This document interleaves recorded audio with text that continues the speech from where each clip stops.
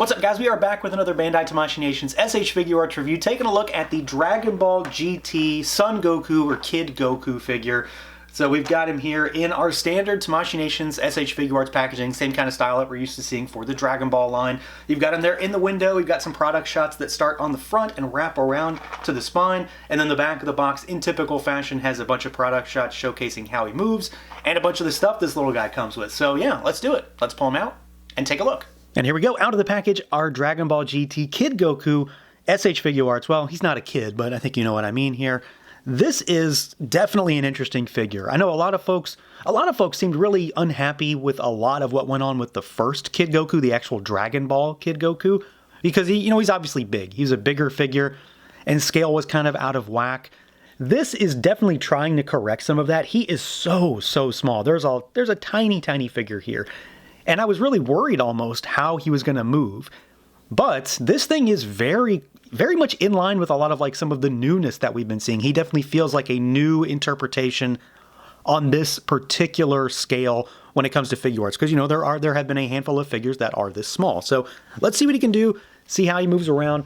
The head is pretty insane. The head and neck range on this is pretty nuts. So he looks up. He looks down really good. I mean, that's as down as you're going to get. The neck tilt, though, is pretty insane. Full rotation. Arms go way up and out.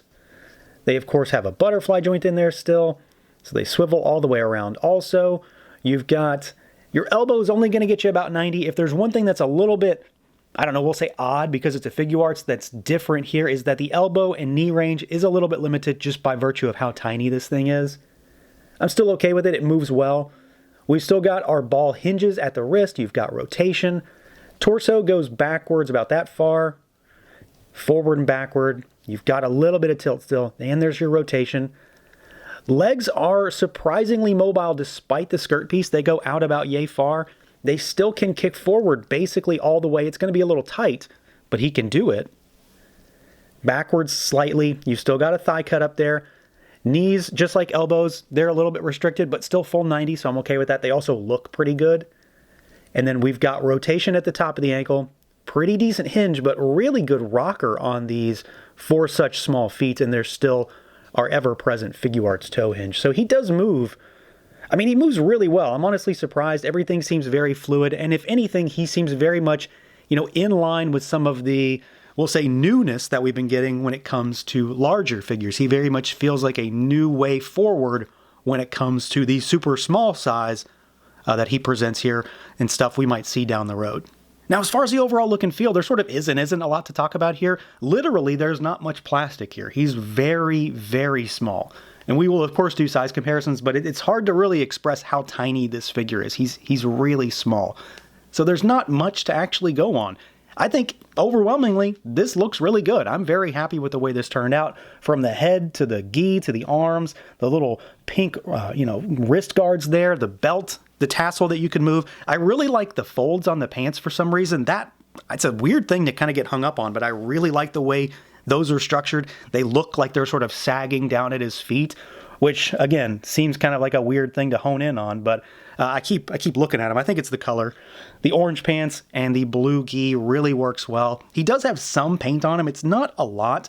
Most of what you see here is cast plastic, but the torso, the flesh on the torso is painted, so that little spot right there. And I think overwhelmingly that it does fit pretty well with the arms. It doesn't look too out of place. There is a definite finish difference between the two, paint versus plastic, but I think the color match is pretty spot on. I really like this head sculpt, and I really like the hair we've got here. There is another set of hair that we get to use, and of course we got other faces. But this very much is a GT Kid Goku look. He's just sort of goofy and happy looking. The paint is really clean and crisp. The expression is really nicely done. And I love this hair. It's big and chunky and blocky, the way those bangs hang down, the way all those hair, kind of spikes kind of jut out of the head. I really like it. It looks very animation-y to me. And in general, despite the fact that there's very little plastic here, I think that this is a really solid looking figure. I'm very happy with the way he turned out. I liked the Dragon Ball Kid Goku also. Big fan of that figure. And I know a lot of folks maybe aren't the biggest fans of that one because of his sizing, but I think this is going to look really nicely here, being a little bit smaller. but of course you get a little bit less with it. So they're going to kind of make up for that when it comes to accessories, which I think is pretty cool as well. But there is very little figure here, but what you get, I think, looks really, really well done just from start to stop.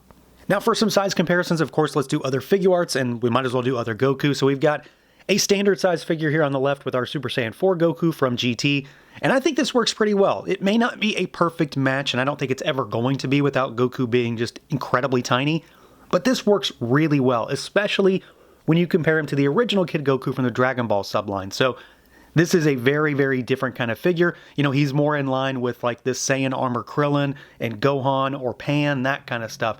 They definitely went a very different and smaller route in comparison to the original Kid Goku to make him look like he actually is going to scale at least reasonably well with other figures.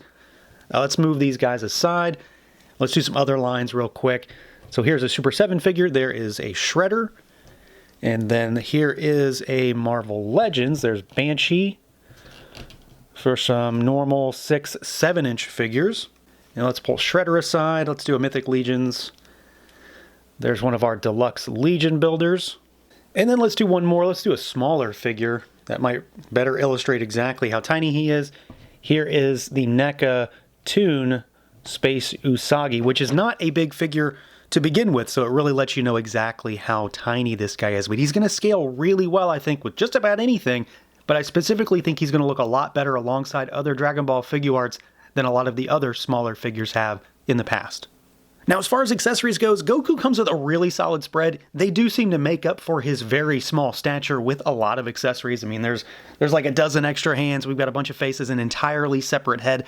And what I want to talk about first is this new Kamehameha effect, because I've been a big proponent and kind of, annoyingly so when it comes to getting effect parts in this line. Figures that don't come with them tend to bother me because it's Dragon Ball. They should all have them, really.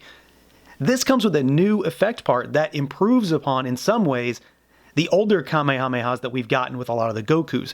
The one big difference is that instead of a bunch of 7 or 8 beams jutting out, this one only has 4, which does make it maybe a little less wild, but all of these are ball jointed, so they can swivel a little bit and they can just go wherever you want. It's not quite the jigsaw puzzle that it is with the other ones. So the other effect part typically kind of annoys me. I really like the way it looks, but it's kind of annoying to put it together. This thing was super simple, and it also works really well with Goku being super small. So I'm really happy with that.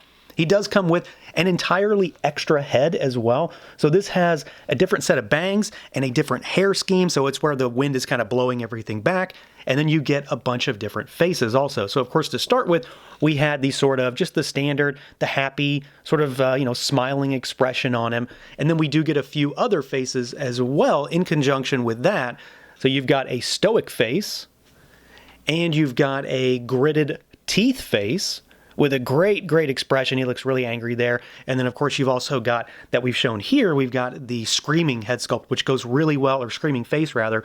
That does go really well with this particular hair setup, and it works really well with that Kamehameha. He also includes a lot of hands as well. So in the box, he's got a set of fists. We get 10 extra hands. I think it's 10 total extra hands, 12 total. You get a set of splayed finger hands. We get a set of sort of clawed posturing hands. You get a set of sort of slightly more open clawing posturing hands. And then you get the hands that will work the effect. One set of hands, of course the set is 2, is just a flat, slightly gripping set. And then the other set has a peg in each hand to peg into the back of this. So he is holding on to that really, really well. It's not going anywhere. And then the last thing he comes with is probably the one thing that I think is the least important. He comes with an extra little skirt piece for his gi, and it does look at first glance like it's exactly the same thing, but it's not. It's like more of a windswept look, so it does allow to give him a little bit more dynamic posing, I suppose. I don't particularly see myself ever using it. It's not difficult to implement. It just pops on and off. But it seems like one of those things that's like, it's cool to have, but I'll probably never use it. What I really, really like about this figure, though, is all these faces. They all look tremendous, a lot of hands.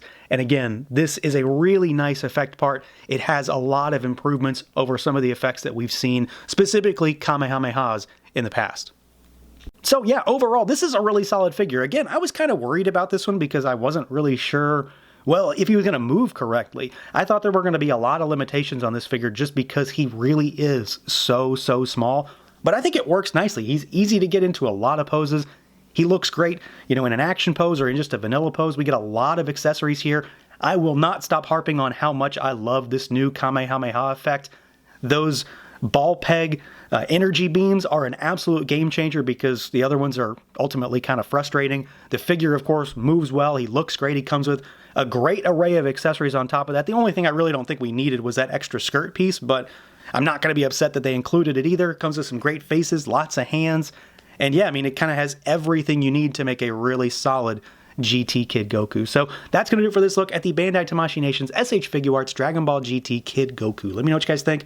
Feel free to like, comment, subscribe, and share. And until next time.